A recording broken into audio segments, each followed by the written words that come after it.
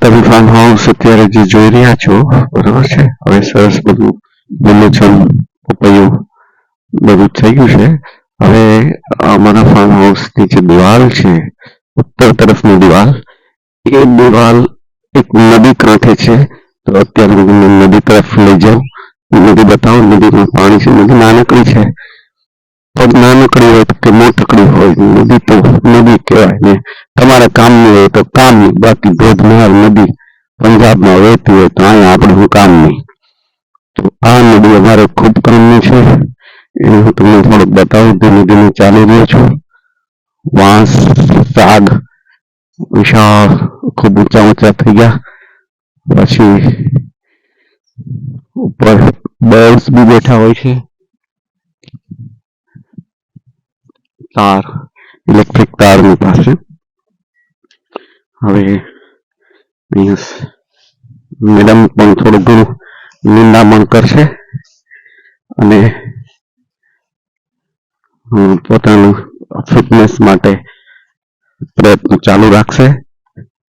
હવે નદીના કાંઠે મીન્સ કે અમારી ફાર્મ હાઉસની દિવાલ પાસે આપણે જઈ રહ્યા છીએ અને એ દિવાલની પેલી સાઈડ જે નદી છે એ જોઈએ.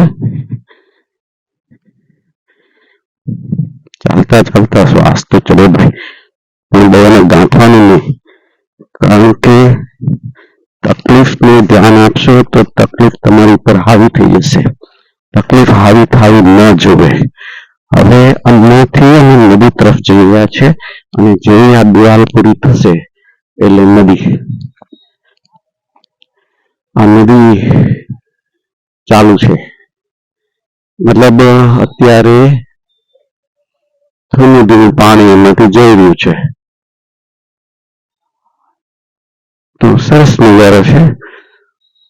સામે એક સ્કૂલ છે, બીજું કંઈક બિલ્ડિંગ બન્યું છે, સામે એક બીજી સ્કૂલ છે. સોલાર ગોઠવી દીધું છે. અમે કુદરતના કરિશ્મા જુઓ કે આ જે સાગ છે એ સાગ ઊંચો થતો હતો તેના લીમડો ઓબ્સ્ટ્રક્ટ કરતો હતો. તો લીમડો ઓબ્સ્ટ્રક્ટ કરે તો એ સાગ સનલાઇટ લેવા માટે સહેજ બેન્ડ થઈને ઉપર જવા માંડે. પ્રકૃતિનો અજબ ગજબ નજારો હોય છે. Okay, by.